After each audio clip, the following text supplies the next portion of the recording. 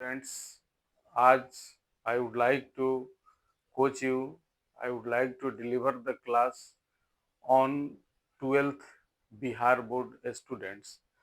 जो छात्र हमारे बिहार बोर्ड के हैं और वे 12th क्लास में पढ़ रहे हैं, जो 2026 फरवरी में परीक्षा देने जा रहे हैं, उनकी संपूर्ण अंग्रेजी की तैयारी के लिए यह क्लास है। बच्चों से मेरा यह सलाह होगा, बच्चों से मेरा यह कहना है कि 12th में पढ़ने वाले बच्चे जो 2026 के बिहार विद्यालय परीक्षा समिति द्वारा आयोजित जो परीक्षा फरवरी में शुरू होगी, 12th साइंस, आर्ट्स और कॉमर्स तीनों के लिए जो रेनबो 2 बुक्स पढ़ाई जाती है, जिसमें प्रोज और पोइट्री की पढ़ाई होती है, तो उसी प्रोज सेक्शन की जो पहला चैप्टर है, Indian civilisation and culture, written by father of nation Mahatma Gandhi. Mahatma Gandhi के द्वारा यह लिखा गया है कि हमारी संस्कृति और सभ्यता वो क्या चीज है, उसको हम कैसे संस्कृति को समझेंगे, सभ्यता को कैसे समझेंगे, what is civilization and what is culture, these two words having different meaning in its origin। तो इसको हम लोग समझने का प्रयास करेंगे कि ये दोनों क्या चीज है। महात्मा गांधी जो हमारे राष्ट्रपिता, उनको हम लोग बापू भी कहते हैं, वो इस संदर्भ में क्या कहना चाह रहे हैं। तो सबसे पहले हम उन बच्चों से यह कहेंगे कि वे बच्चे 12th के जो बच्चे हैं, यदि उनको अपनी परीक्षा में अच्छा अंक हासिल करना है, तो वे बच्चे इस क्लास को देखें, इसको पढ़ें, अभ्यास करें, ताकि उनका अंक बहुत अच्छा आए, स्कोर वो अच्छा करे आईएससी आईआईकॉम में और अपनी फ्यूचर को बेहतर बनाए।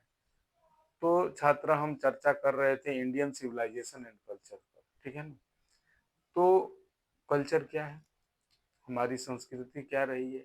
हमारी संस्कृति इतनी पुरानी है जिसको आज तक कोई मिटा नहीं सका। बहुत से हमारे अग्रंथा हमारे यहाँ आए गए, लेकिन हमारी संस्कृति वैसे के वैसे, हमारी सभ्यता वैसे के वैसे ही रह गई, ठीक है ना।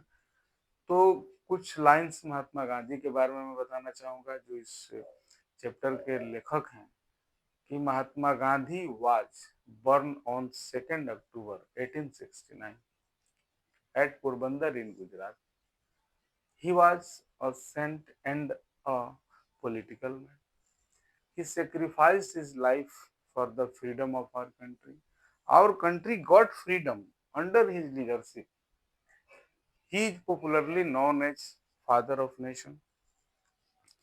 इट मीन्स छात्र, हम लोग महात्मा गांधी को राष्ट्रपिता कहते हैं और इन्होंने देश की आज़ादी में अपनी महती भूमिका निभाई और इनके नेतृत्व में हमारा देश आज़ाद हुआ और आज हम आज़ाद हैं, खुली हवा में घूम रहे हैं, सांस ले रहे हैं।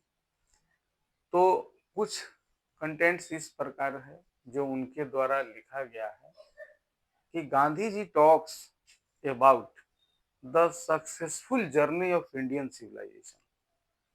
अभी मैंने कहा जो हमारे पाश्चात्य सभ्यता थी, यानी कि जो यूनान, प्राचीन यूनान जिसको रोम हम लोग कहते हैं, वहाँ की सभ्यता समय के साथ मिट गई, लेकिन हमारी सभ्यता ऐसी थी, यानी हमारे पूर्वजों ने, our ancestor sowed the seed of such type of civilization that can be never ruined by others attackers।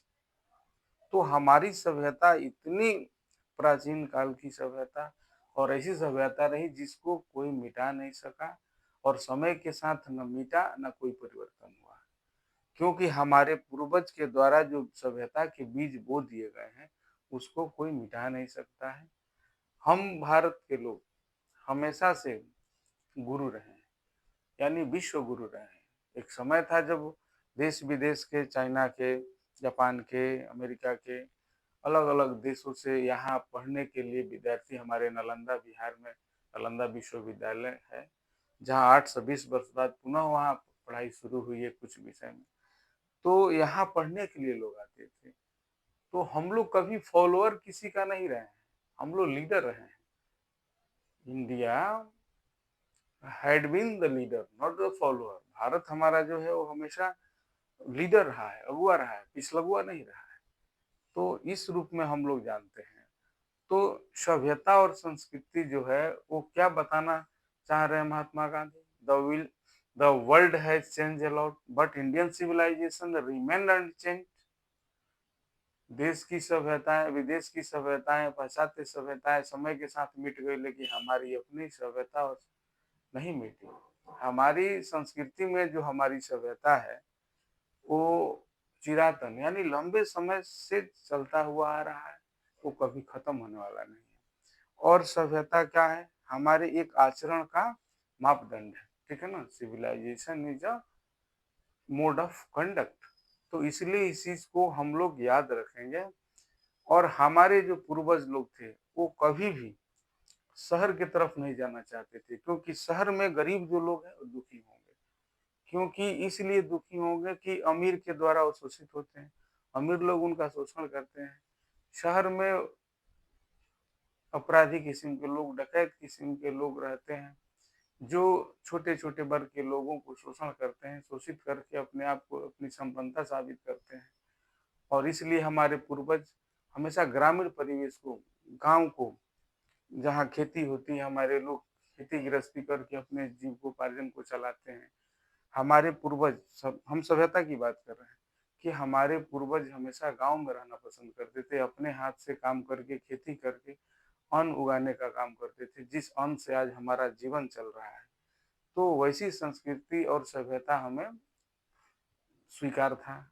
हमें ये पाश्चात्य सभ्यता जो आज समय के साथ मिटता चला गया, लेकिन हम क्यों आज इतने दिनों से एक ही अपने आदर्शों को लेकर चल रहे हैं और आज तक वो जिंदा है? इसका मतलब कोई ना कोई उसमें विशेषता है, इसलिए वो जिंदा है। यानी हमारे पूर्वज विलासिता की जिंदगी, ऐशो आराम की जिंदगी को उन लोगों ने दर अवॉइड कर दिया, उसको कभी एक्सेप्ट नहीं किया। क्योंकि जैसे ही हमारी जिंदगी विलासिता की हो जाती है, ऐशो आराम की हो जाती है, लाइफ हमारा सिमट कर बहुत ही छोटा हो जाता है।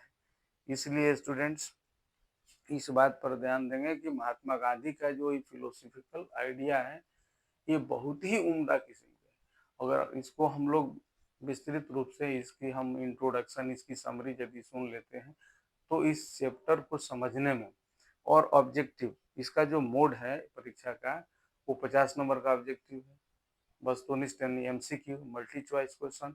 और 50 नंबर में आपको ग्रामर सेक्शन से लेकर literature, prose, poetry, unseen unknown passage, तो ये सारे चीज उसमें है। तो कुछ महत्वपूर्ण बातें मैंने बताई कि क्या क्या सभ्यता का क्या अर्थ है, हमारे पूर्वजों ने उस हमारी सभ्यता की कौन सी बीज बो दिए गए जिसको आज तक कोई मिटा नहीं पाया, ठीक है ना।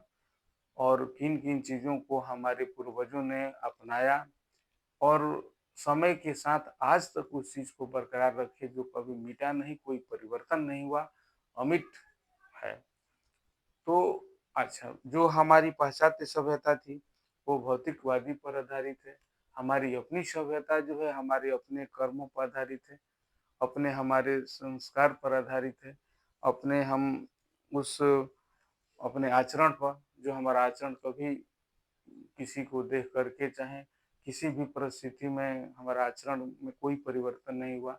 हम लोग जो पुरातन प्राचीन समय में थे, ये हमारा देश जो है भारत ये ऋषि महर्षियों का देश रहा है, ये त्यागी पुरुष का देश रहा है। कभी भी हम किसी के अनुकरण नहीं किए, हमारा अनुकरण सारे लोग करते हैं। सभी भारत के अलावा जो लोग हैं, जो अन्य देश के लोग हैं, वो हमारा अनुकरण करते हैं। यानी हम लोग हमेशा से गुरु रहे हैं, ठीक है ना।